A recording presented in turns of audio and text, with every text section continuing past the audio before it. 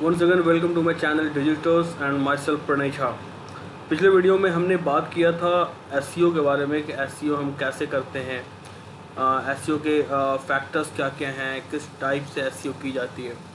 So that आज हम जानेंगे कि ऑन पेज एसईओ क्या है। एक बेसिक सा डेफिनेशन है जिसमें कि मैंने अभी अपने स्क्रीन के ऊपर, आप मेरे स्क्रीन के ऊपर देख सकते हैं कि on page SEO is the practice of optimizing individual web pages in order to rank higher and earn more relevant traffic in search engines.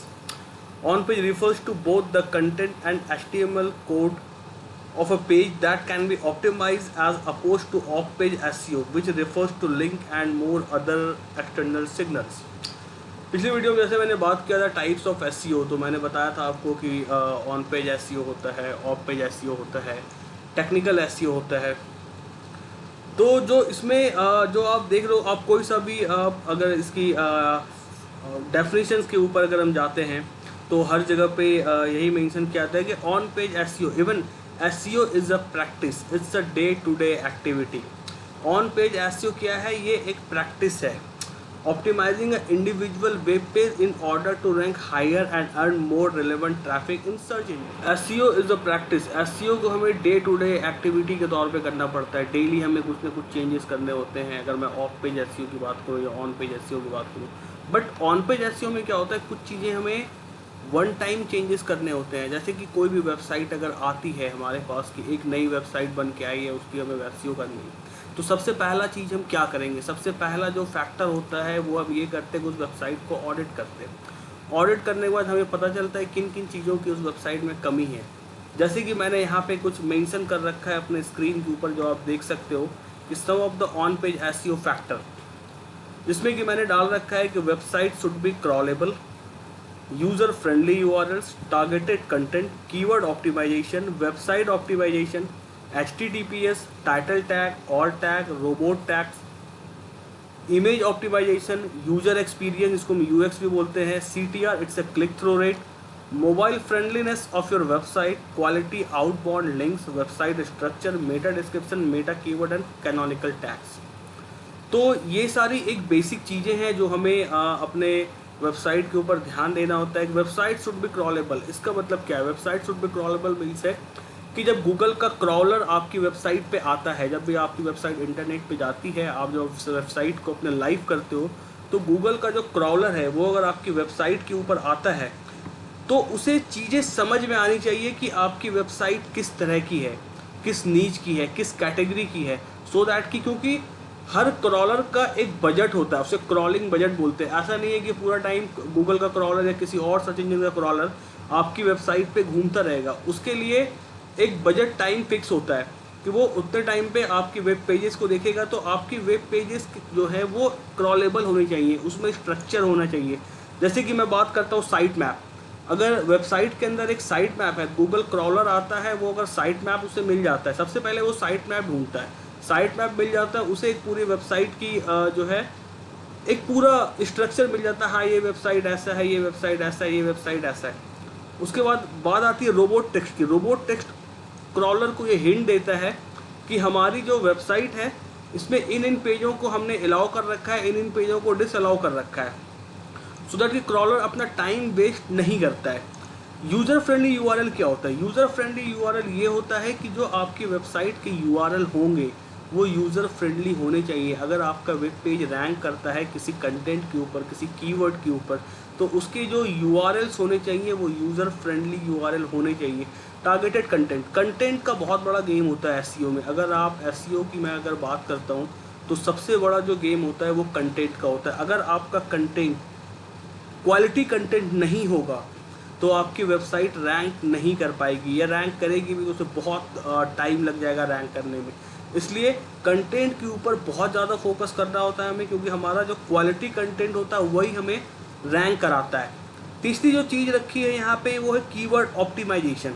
Keyword optimisation क्या है? हमें कीवर्ड सेलेक्ट करने होते हैं, किस कीवर्ड्स के ऊपर हमें अपनी वेबसाइट को रैंक कराना है। और कीवर्ड्स हमारे कंटेंट से रिलेट करना चाहिए। कीवर्ड अगर हमारे कंटेंट से रिलेट नहीं होगा तो फिर अगर हम कितना भी एसईओ प्रैक्टिस कर ले, वो रैंक करने में बहुत सारी दिक्कतें, प्रॉब्लम्स फेस करनी पड़ सकती हैं। उसके बाद चीज़ है हमारे एक वेबसाइट ऑप्टिमाइजेशन में अपनी पूरी वेबसाइट्स को एक स्ट्रक्चर देना होता है। HTTPS क्या होता है? HTTPS जब आप कोई भी वेबसाइट बनाते हैं तो उसमें क्या होता है कि आपको एक SSL सिक्योरिटी खरीदनी पड़ती है, इट्स सॉकेट सिक्योर लेयर। तो उससे क्या होता है कि आपकी वेबसाइट जो है वो हाइपर टेक्स्ट प्रोटोकॉल सिक्योर्ड हो जाता है।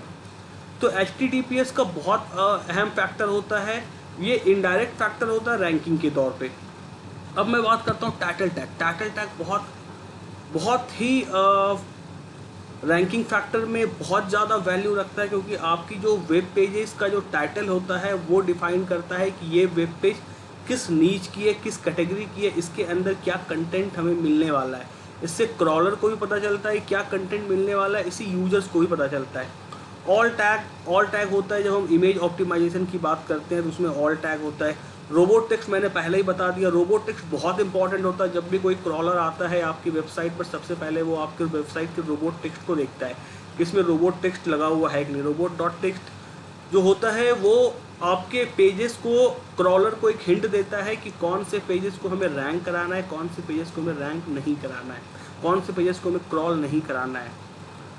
उसके बाद जो बात आती है इमेज ऑप्टिमाइजेशन की, वो मैंने बता दिया कि इमेज की क्वालिटी अच्छी होनी चाहिए, इमेज ज़्यादा लेंदी नहीं होना चाहिए, इमेज बहुत ज़्यादा हेवी नहीं होनी चाहिए, उसमें ऑल टैग होनी चाहिए।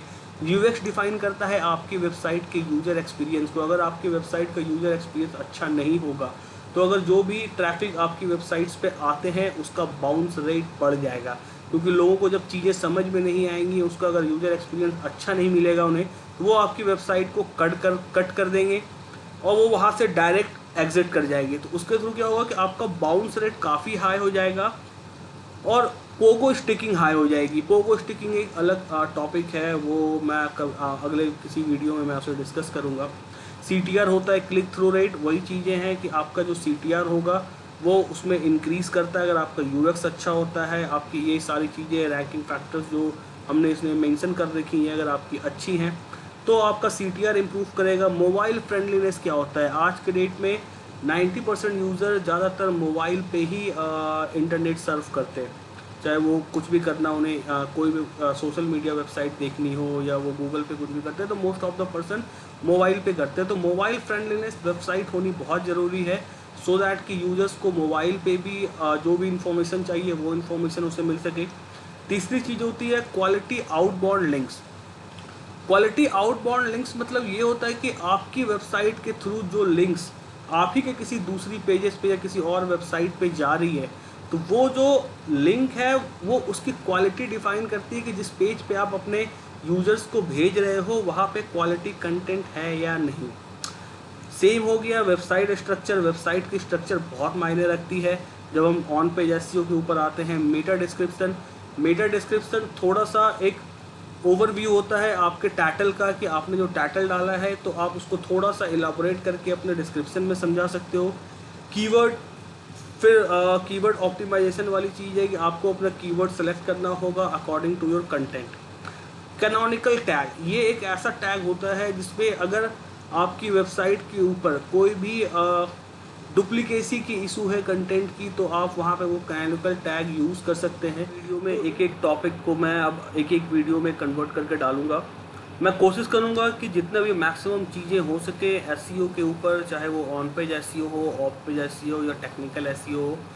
और लास्ट में मैं एक पूरी एक लाइव वेबसाइट के ऊपर आपको on page SEO, of page SEO, technical SEO तीनों चीज़ें करके दिखाऊंगा कि हम कैसे करें। क्योंकि मेरा ये मानना है कि जब तक आपके पास प्रैक्टिकल नॉलेज नहीं होगा तो मैं कितना भी थ्योरेटिकली कुछ भी समझा दूँ वो समझ नहीं आई, क्योंकि वेबसाइट भी आज के डेट में बहुत तरीके से बन रही हैं।